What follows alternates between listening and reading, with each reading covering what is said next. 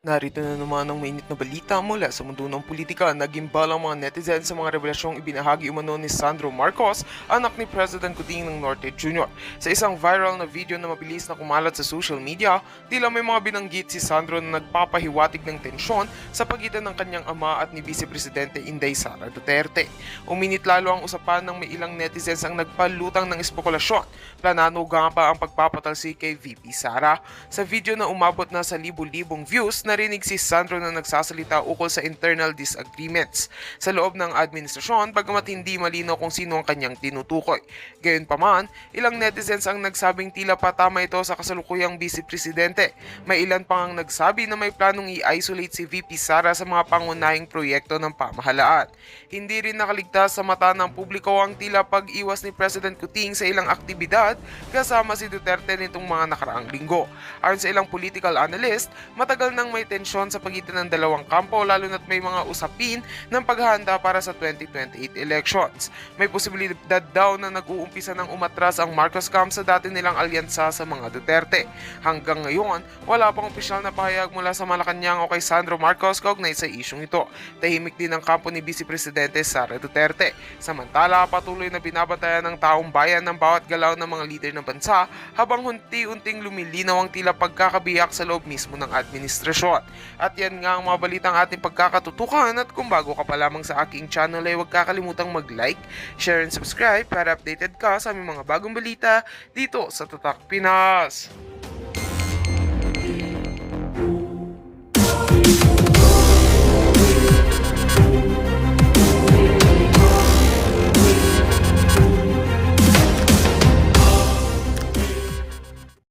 Gumapang at video ni Lisa Araneta Marcos sa di umano'y panunuhol ay lumabas na.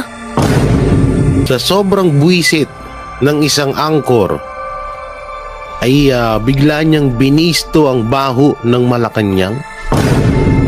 Congress ayaw magsipirmahan, biglang kambyo, mga generals Timbog, Castro gumapang.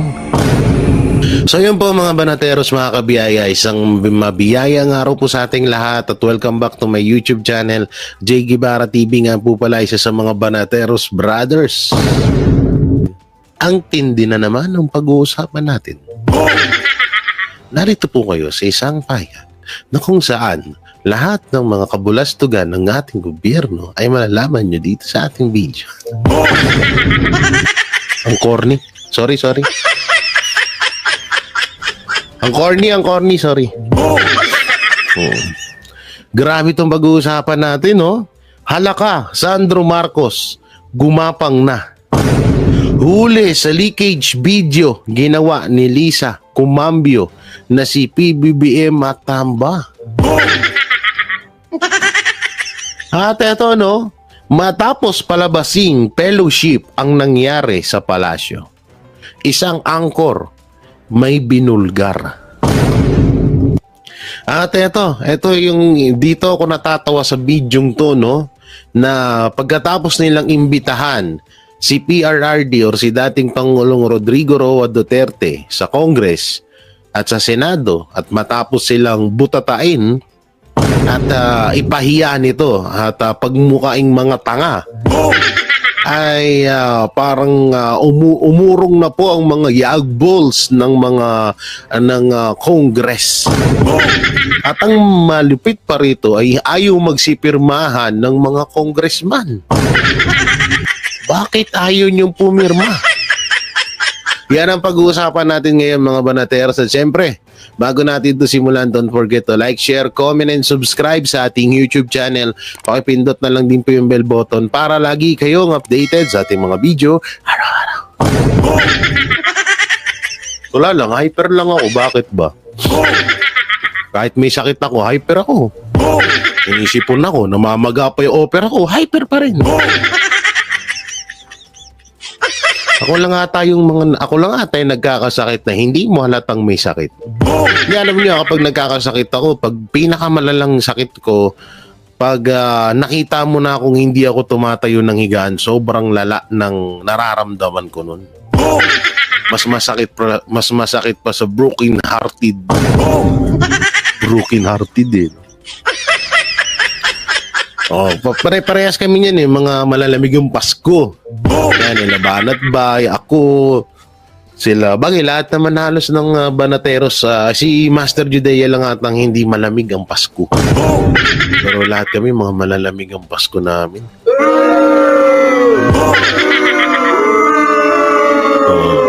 Wala ganun talaga buhay-buhay. Pagwapo lang ulit. Ika nga nila, pag pagod ka na, bitawan mo. Pag hindi ka na masaya, bitawan mo. Ay, sorry. Samantalang, alam niyo, sa sobrang dami nating papanoorin ni, ewan ko ba? Talagang hindi mo alam kung ano yung uunahin mo. Samantalang unahin ho natin to, hindi pala bago pala natin yung pagsimula. Pag-usapan pala natin yung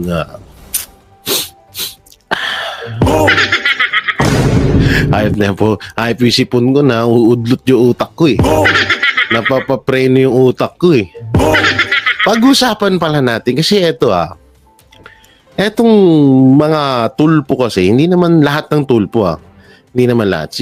Sabihin na natin si Erwin lang. Si Erwin kasi, parang si ano na rin to ngayon Parang si Franz Castro kasi convicted din to si Erwin Tulfo So ngayon, parang umiepal na naman ata. No, ata. Sa kapis, pag nagsalita ka ng ata, iba meaning nun. Gago! Iba meaning nun, no? Yun nga, no, umiepal na naman. Alam nyo, kung iisipin natin, wala naman tayong ibang maisip bukod kay Martin Romualdez. Wala naman tayong ibang maisip na pangbato ng gobyerno sa darating na 2028 election. Kasi kung si Sandro naman, pwede ba tomboy sa presidente? Gago! Dahil tatanong lang naman ako Ay, hindi pala tomboy. Sorry, lalaki pala si Sandro. Sorry. Kasi kung isipin mo, si Martin kasi, alam ko tatakbo si Martin. Pero yung tipong masasabi natin na medyo tatapatan ng konti ang mga Duterte. Mukhang malabo si Martin Kahit ikutin niya pa ang buong mundo, umabot pa siya sa South Africa sa pamimigay ng ayuda. Di siya bubuto nung mga yun. Ngayon, ang naiisip ko, baka nga itong si Rapi Tulfo or si Erwin Tulfo. Alam niyo ito, wag natin idamay si Ben Tulfo Wag natin idamay si Ben Tulfo sa mga issue na meron ng ang kanyang mga kapatid. Dahil medyo ako kasi wala kasi ako nakikitang pangit na ginawa ni Ben Tulfo, no. Tsaka bukod doon idol ko talaga yan si Ben Tulfo. Si Erwin naman, dati ko rin silang ng mga iniidolo. Pero kasi ngayon yung mga ginagawa kasi nila question din medyo tagilid din kasi talaga. Medyo tagilid din kasi talaga kaya hindi ko sila mapagtanggol oo. Tsaka syempre mas pipiliin ko Duterte kaysa sa Tulfo, no ba? At least Duterte may napatunayan na mga Tulfo meron ba? Kasi kung isipin nyo, yung pinamimigay ni Tulfo na tulong, so although malaking tulong yon, malaking biyaya yon sa mga kababayan natin, pero hindi naman niya pera yun Una-una, pera ng pera ng sa channel niya, medyo pangit nga ang pero ayoko nang pag-usapan yan. Magkaroon pa tayo ng kalaban Hindi lang ako sangayon sa mga pinaggagawa ng dalawang Tulfo ngayon. So labas dito si future Senator Ben Tulfo, no? So iboboto ko pa rin 'yon si Ben Tulfo. Pero itong dalawa mukhang malabo At nga nakikita ko mukhang kung hindi si Rapi Tulfo, si Ben Tulfo ang makakalaban. ni Vice President Sara Duterte sa darating na 2028 presidential election. Ayun nakikita ko kasi wala namang iba eh. Wala namang ibang wala naman tayong ibang nakikita na tatapat. Kasi kung si Sandro naman ang gagawing presidente or pilit nilang hihinugin, ang mahirap yun, no? Yung pilit na hihinugin. Pero kung si Sandro Marcos naman, malabo din eh. Si Rapi Tulfo, medyo okay pa na medyo may palag pa ng konti kaysa mga Duterte kapag tumakbo yan bilang presidente. So mahaba pa naman ang taon, pero baka malihis din, bigla tayong magulat na akala natin si Rapi Tulfo, baka biglang si Erwin pala ang patakbuhin. Kasi nga, todo sip-sip sa gobyerno si Erwin Tulfo ngayon. Kasi kadalasan sa mga mga ugaling yan dilawan yung ganyang style. No, yung mga ganyan nakikita natin noon sa mga dilawan, sa mga yung iba diyan, yung mga balimbing ngayon na mga congressman. Kaya naman sumisip-sip yan sa gobyerno dahil napapakinabangan nila at may pakinabang talaga din sila. So nagbabalik-balikan din sila, pinapakinabangan sila ng gobyerno, nakikinabang din sila sa gobyerno. So ganun lang. No? Kaya siguro todo palto si Erwin Tulfo ngayon. Kung ano man yung pinagsasabi niya dyan, hindi na natin reaksyonan. Sayang oras natin yan eh. Gago! No, dito tayo sa pinakamalaga. Siguro kung siya nga, kaya siguro todo pal siya ngayon, baka siya yung tatakbo sa president, pero malabo ka. Nanginayang. Hindi, alam nyo, nanginayang ako sa record ng mga Tulfo brothers. Hindi kasi, maganda na kasi din kasi naging record nila, tapos bigla silang, eto panira si Erwin Tulfo eh. Pati tuloy mga kapatid niya nadadamay. Samantalang mapunta na tayo dito sa re-reactionan natin na OMG. Yan o. OMG, BP Sara. Good news, Congress, Kumambio, ayaw magsipirma. General Stimbog Castro, gumapang, Tamba, BBM. Panoorin natin. Dumalo, kailangan pang muling imbitahan si dating Pangulong Rodrigo Roa Duterte para dumalo sa susunod na pagdinig ng House Quad Committee sa Disyembre 12. Kaugnay po yan para dumalo sa Dumalo, kailangan pang muling imbitahan si dating Pangulong Rodrigo. Di na kailangan imbitahan na dumalo si Tatay Digong. Ito sa akin naman, okay yun. Kasi una, kagaya na sinasabi ni PRRD, wala na nga siyang pera. Tsaka magastos nga naman talaga yung transpo, yung ginagastos nila Davao to Manila, 'di ba? So para sa akin, talagang pabor ako doon na wag na siyang ipatawag. Pero eto ang tanong. Bakit biglang naduwag ang mga congressman?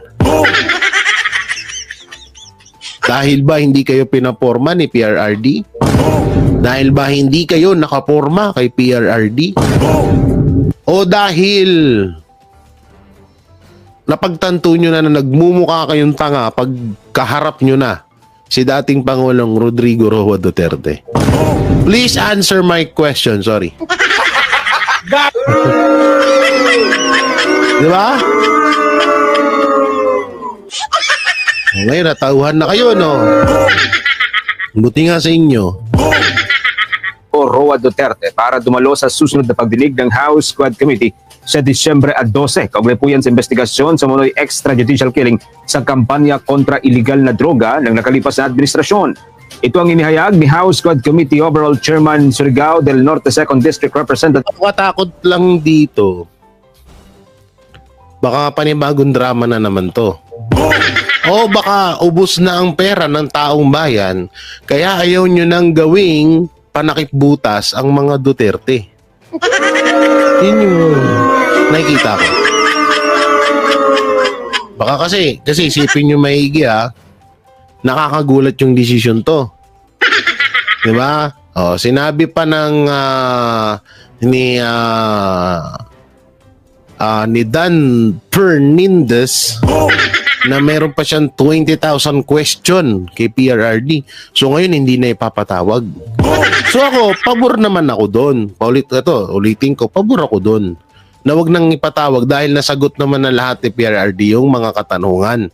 Bukod sa lahat, laki ng ginagastos niya sa hearing niyan. Tapos paulit-ulit lang yung katanungan.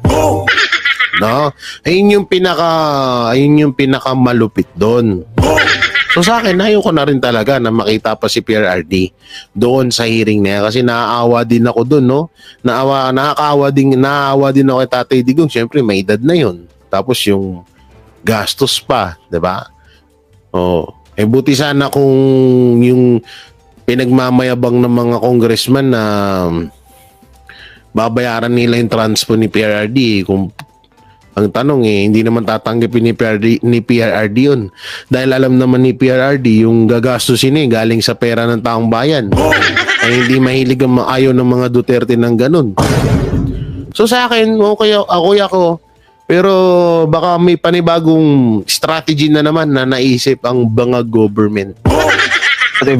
Robert Ace Barbers, anya napiganan ng mega panel ang dating Pangulo sa 4 na impormasyon. Ibig sabihin, ang pagdalo ni dating Pangulong Duterte sa committee hearing noon pong Nobyembre 13 ay ang una at huli nitong pagdalo. Paliwanag pa ng mababatas na sa loob ng 13 oras na pagdinig ay narinig na ang mga nais nilang marinig kung saan ilan sa mga ito, anya, ay nauna lang ibinunyag o inamin ng dating Pangulo sa naging pagdinig niya noon sa Senado. Maalalang nauna nang dumalo ang dating Pangulo sa pagdinig ng Senate Blue Ribbon Committee noong Oktubre 28 kung saan nagbigay ng napakahabang testimonya. Si Doc Lorraine, no? Kita niyo ba si Doc Lorraine? Ayun, no? Wait lang. Ayun, no? Doc Lorraine, no? Nagbigay ng napakahabang baka Doc Lorraine Badoy yan. Sana all, no? testimonya ang dating leader. Umiiyak doon. Wait lang, Ba't may umiiyak doon sa gilid? Noong Oktubre 28 kung saan nagbigay ng Ba't umiiyak si nanay?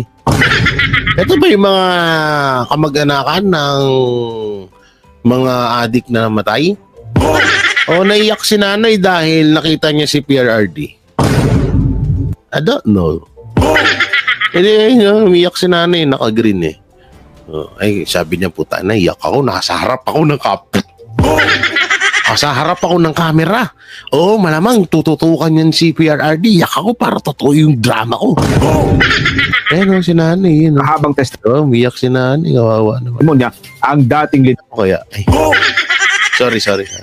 ng bansa. Samantala, sinabi rin ni Congressman Barbers na magpapatuloy pa ang House Quad Committee sa pagsasagawa ng mga pagdinig hanggang sa susunod na taon kaugnay yan sa mga kaso ng extrajudicial killing sa ilalim ng Duterte Drug War. May pang mga development na niniwala naman ng Makabayan Black na magiging mas mabilis ang pag-usad ng impeachment complaint laban kay Vice President Sara Duterte kumpara sa impeachment proceeding laban kay dating Chief Justice Renato Corona. Ang kay dating Bayan Muna Party List Representative Nery Colmenares, isang ground lamang ang nagsisilbing basehan sa inihaing complaint laban kay VP Sara. Ito ay ang betrayal of public trust. Sa ilalim ng isang ground, mayroon itong 3 kaso na So kayo, may tuturing mo bang declare public trust yung mga kumag na yan? Anong karapatan nila dun? bibilangan ng pag-abuso umano ni Duterte sa kanyang discretionary power sa paggamit ng mahigit sa 600 million pesos na confidential fund, paglapastangan sa audit process sa pamagitan niya ng paglabas sa mga pekeng dokumento at ang hindi pagkilala sa oversight function ng Senado. So impeach daw si BP Sara sa pagpapalabas ng mga peking dokumento. So nauna, kung peki man yung dokumento na inilabas ng Office of the Vice President, so dapat 'di ba yung Congress ang unang kakasuhan nyo? 'Di ba? Ang unang questioning nyo. Mismong House of Representative ang questioning nyo. Tsaka ito confidential. Na-explain ko na yan. Putang ina, ulit-ulit. Buisit. Sa complaint naman laban sa namayapang Chief Justice, mayroon itong 4 na ground at 8 kaso. Ang 4 na ground ay ang betrayal of public trust, culpable violation of the Constitution at ang graft and corruption. Ba't ano to?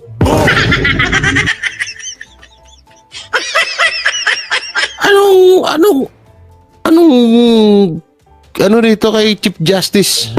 Anong connection sa Anong connection nito kay BP Sara? Bakit nyo hinahalin tulad yung pag-impeach kay Chief Justice Corona at kay BP Sara? Anong connect nun? Gago! Colmenares ay nagsilbing prosecutor sa impeachment trial laban kay dating Chief Justice Corona noong panahon ng Aquino administration. Ayon sa dating mambabatas, dahil sa dami ng kasong isinampa laban kay Corona, inabot ito ng 4 na buwan bago na pagdesisyonan ng Senado. Sa reklamong Tsaka iba yun. Tanga lang.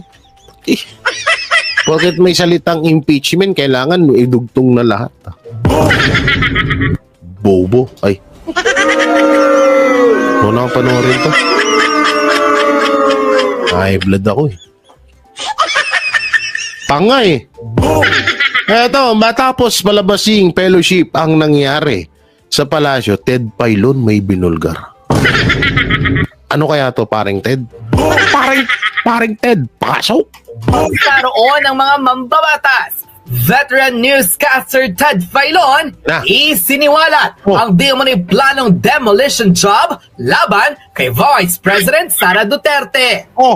Ito ang balitang dapat hindi palagpasin ng maraming Pilipino kung saan matapang na isiniwalat ng news presenter at radio DJ na si Ted Filon ang mga di umano'y plano raw na mangbabatas na ituloy pa rin ang impeachment trial laban kay Vice President Sara Duterte.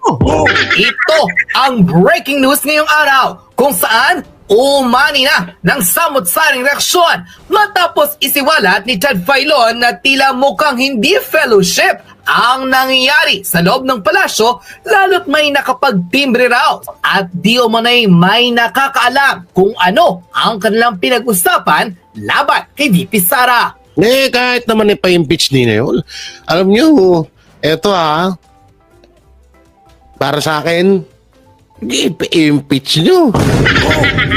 Tayo na, may 2028 pa naman. At yan din gusto ko na mangyari, impeach si BP Sara. Hindi dahil ayoko sa kanya, hindi dahil naniniwala ako sa mga paratang kay BP Sara. Hindi ganun Gusto kong i-impeach si BP Sara para matuldukan na ang kahayupan ng gobyerno natin. Dahil baka dyan sa impeachment kay BP Sara, baka dyan magsimula ang pagkakaisa ng bawat Pilipino dito sa Pilipinas. Kaya gusto ko na, sige, impeach nyo na. Ninyo. Gago! Gigigil ako sa inyo eh. Ganda-ganda na umaga ko, high-blood ako eh. Ayon mismo sa veteran journalist, hindi raw fellowship ang nangyari sa loob ng palasyo kundi ang planong demolition job at pagpapatuloy ng impeachment trial laban kay Vice President Sara Duterte. Ayon sa veteran newscaster, ipipilit raw talaga ng mga mambabatas na magkaroon ng pagpapasya ang mga kapwa nila kongresista na maisumite sa Senado ang impeachment complaint laban sa Vice Presidente. Kahit imposible, tila ipipilit raw ito ng mga representative ng Kongreso dahil isa-isa silang masusukol at mabibisto sa kanilang mga kabalustugan na ginawa sa Kongreso. Ilang hearing raw kasi ang nangyari sa Committee on Good Government and Public Accountability at pinanindigan ng mga mambabatas na ito na impeachable ang mga di umano'y kinumit ni Vice President Sara Duterte o ng kanyang ahensya sa di umano'y paglustay raw ng pondo nito ayon mismo sa kanilang investigasyon.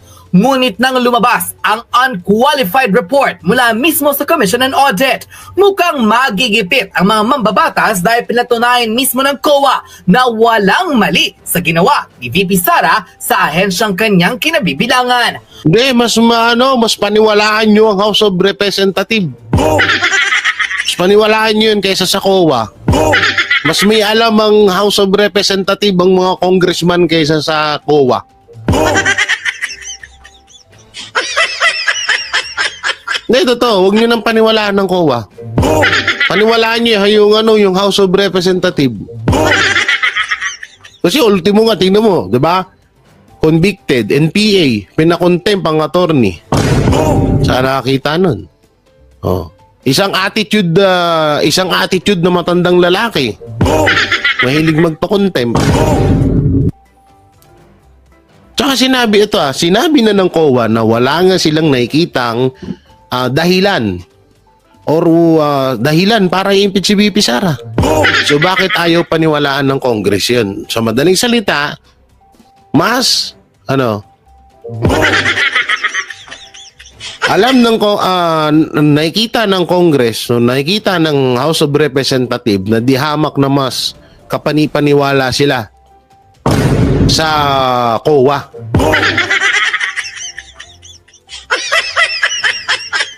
Ang mas matindi pa raw dito, paano raw lulusutan ng mga kongresista ang naging report na ito mula sa Commission on Audit na pinatunayang nasa ayos at nasa tama ang paggastos ni VP Sara sa mga budget na inilan sa kanya, gayong kanilang pinagpipilitan na impeachable di umano ang kinumit ng Vice Presidente. No, di ba? Wala na, sa ayos naman daw ang paggastos ng budget ng Office of the Vice President. Sabi yan ng COA.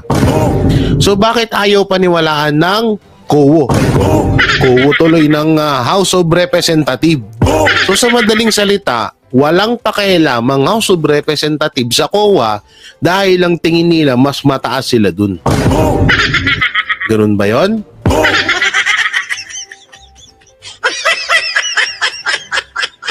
Sa bagay, kung makapanghusga nga kayo dyan yung korte nga, inilipat na sa House of Representatives. Nasa ano na, yung mga judge doon, yun na yung pinaliwala ng judge ngayon sa Pilipinas. Ang judge na ngayon, yung mga congressman. Ang mas matindi pang araw dito, paano raw pasisinungalingan ng mga kongresistang ito ang report mula sa COA? Gayong bukod sila ang nag-imbestiga, di mo na pinaniniwalaan ang mga ebidensya laban kay VP Sara. Sila rin ang tatayong Committee on Justice sa nasabing pagpupulong ng Kongreso para mailusot sa Senado ang impeachment complaint laban sa ikalawang Pangulo. Halimbawa na nga lang raw dito ang Batangas representative na si Chinky Luistro. Si Boy Tago, si Girl Tago, si Delima 2.0. Isa sa mga nagpipilit na dapat makasuhan at mapanagot ang opisina ni VP Sara sa di umanay mga paggasta nila na hindi raw naaayon batay raw sa kanilang investigasyon. Mukhang sila na nga lang rin daw ang gigisa sa kanilang mga sarili sa sarili nilang mga mantika. Yan naman na talaga ang mangyayari dyan. Tapos yung kanilang leader na si House of Representative Martin Romualdez, absuelto. Alam nyo masisisi dyan, kung sakaling magkabukuhan na, hindi masisisi dyan si Martin. Sana matalino pa sa inyo yun. Kung halimbawa na mabisto kayo dyan, kayo lang din ituturo niyan. Pinasakay lang kayo Gayong kahit ilang beses nilang inimbestigahan ang opisina ni VP Sara, mukhang wala pa rin silang nakitang matibay na ebidensya. Bukod nga raw sa iba ang gusto ng Pangulo at huwag ituloy ang impeachment laban kay VP Sara, mukhang naiipit raw ang mga kongresista dahil hindi ito ang gustong mangyari ng liderato ng Kongreso. Nako po.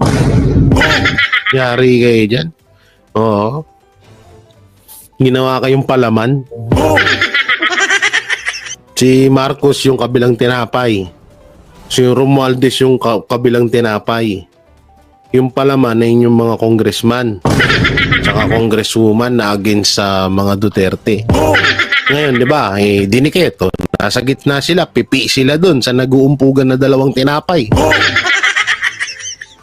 Baka tanongin nyo, asan si Lisa dyan, Jay? Si Lisa yung amag. Ay, sorry. Gago! Sorry. Salbahin na naman ako Diba yung tinapay, pag hindi mo kinain ng mga 3 days to 4 days, diba parang may tumutubo. Minsan kulay blue pa, minsan violet. Minsan kulay dilaw, ganon. Gago! Ayun si Lisa. Narito at panoorin ang buong balita. kung saan nasukol ng TV news presenter at radio DJ si Ted Filon ang mga mambabatas na tila nagmadaling pumunta sa Malacanang para di umano'y pag-usapan ang demolition job laban kay VP Sara. Lang nag-emergency meeting, no? Buti na lang hindi si Katid eh. Salamat sa'yo, Katid, ha? Oy, panoorin nyo na lang dito sa full video nito ni Showbiz. Oo, buti na lang si Katid. Ang galing ni Katid. Samantalang, biglang no, siguro nataranta sila eh. Oy, meeting tayo, meeting. May mali dito, may mali. Ipit kami dito, ipit. Mukhang magigisa kami, ginawa nyo kaming tinapay, tinapay na may amag.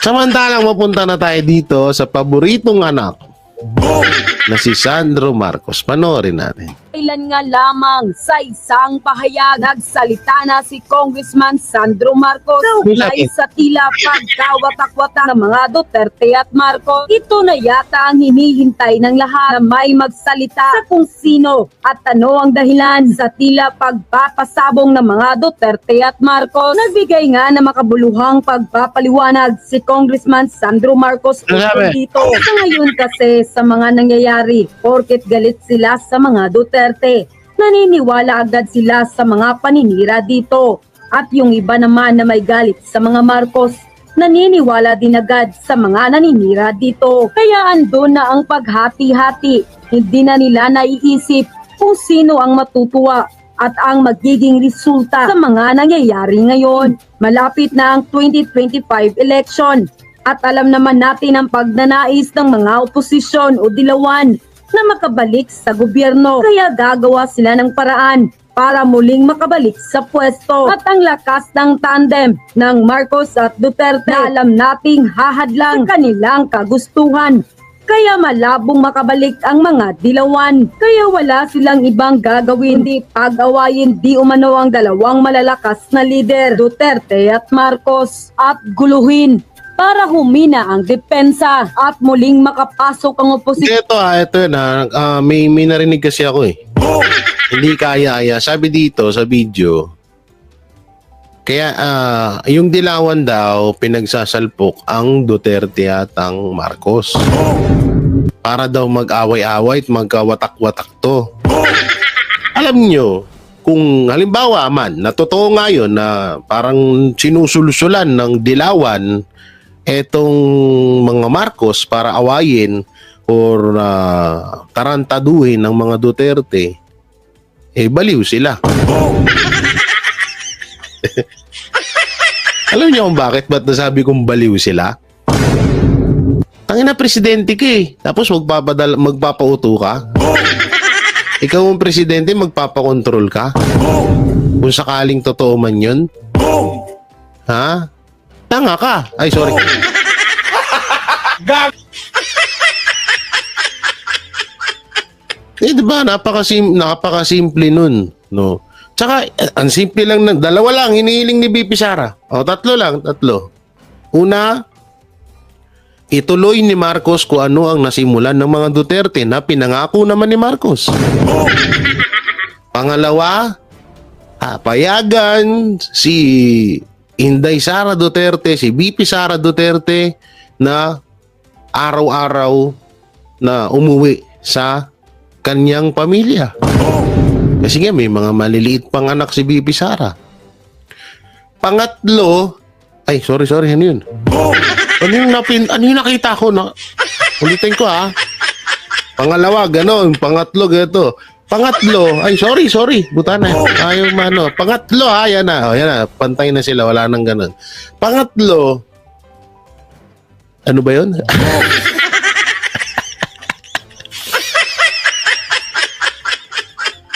Pangatlo, ay tuparin ni Marcos yung kanyang kahilingan sa mga Pilipino. Napakasimple lang ng hininging kondisyon ni Vice President Sara Duterte. Bakit hindi maibigay ni Marcos Jr. yun? Kasi nga, simulat sa pool, una pa lang, planado na talaga siguro talaga to. Na kapag sa oras na nanalo sila, kakalabanin nila ang mga Duterte, kakalabanin nila si VP Sara, magnanakaw sila sa kaban ng bayan, akala nila kasi magiging kakuntsaba nila ang mga Duterte. Akala nila kasi papayag ang mga Duterte sa anomalyang ginagawa nila sa gobyerno. Ngayon na hindi pumayag at ayaw ng mga Duterte sa gawain nila, doon na nagka-leche-leche. Ngayon, eto, papasok na yung dilawan. Hindi ako naniniwalang nagpapakontrol si Marcos Jr. sa mga dilawan. Ginagamit ni Marcos Jr. ang mga dilawan para maging kasangkapan laban sa mga Duterte. Yun ang totoo dun. No, yun ang totoo dun. Hindi yung, ako hindi naniniwala ko hanggang ngayon naniniwala ako na hindi utu-utu si Marcos.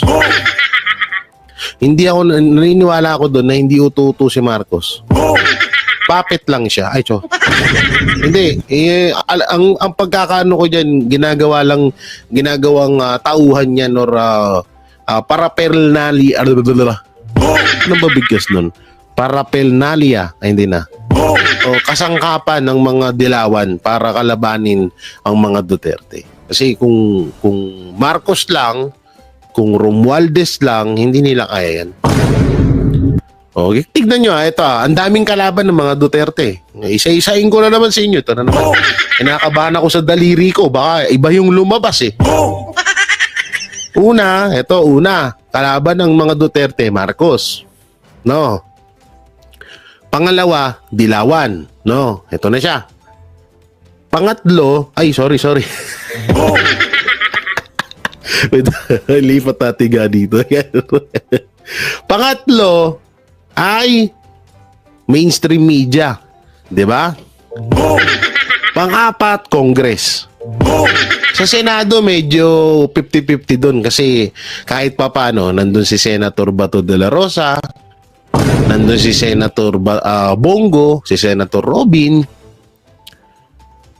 Kahit papano yung ibang mga senador doon, hindi masyadong nakikiisa sa layunin ng gobyernong pabagsakin si Vice President Sara Duterte. No? So sa madaling salita, halos 4.5 ang kalaban ng mga Duterte sa gobyerno natin. Samantalang ang Duterte walang kakampi. Meron kakampi ang mga Duterte, Iglesia ni Cristo, KOJC, tayo, mga vloggers, yung iba nagsitalunan na. Alam niyo na kung sino yun. No, yun.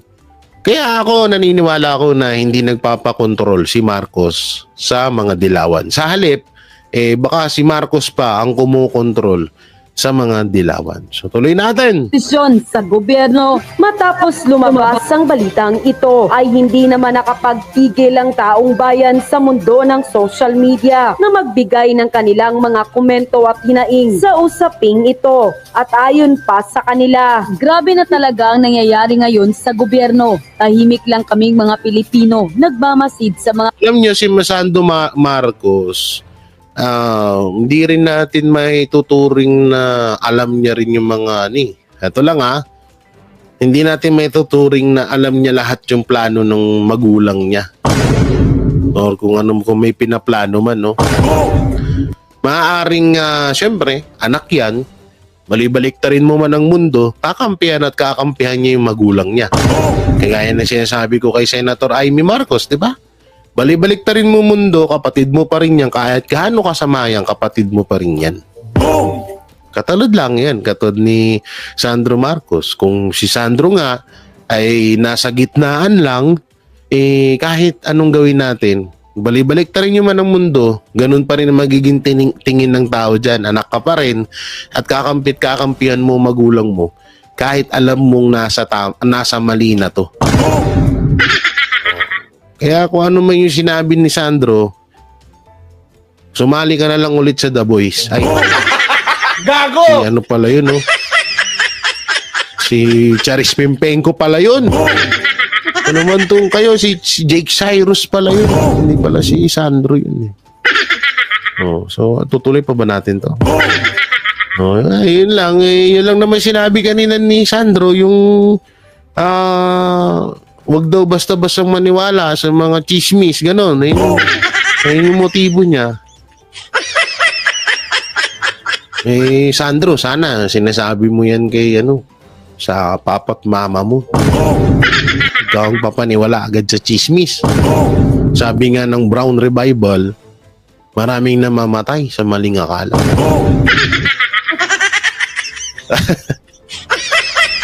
So yung mga manateros, mga kabiyaya, nung may kukomento nyo sa mga napanood nyo at na-reactionan nating video for today's video. For today's vlog. Wow.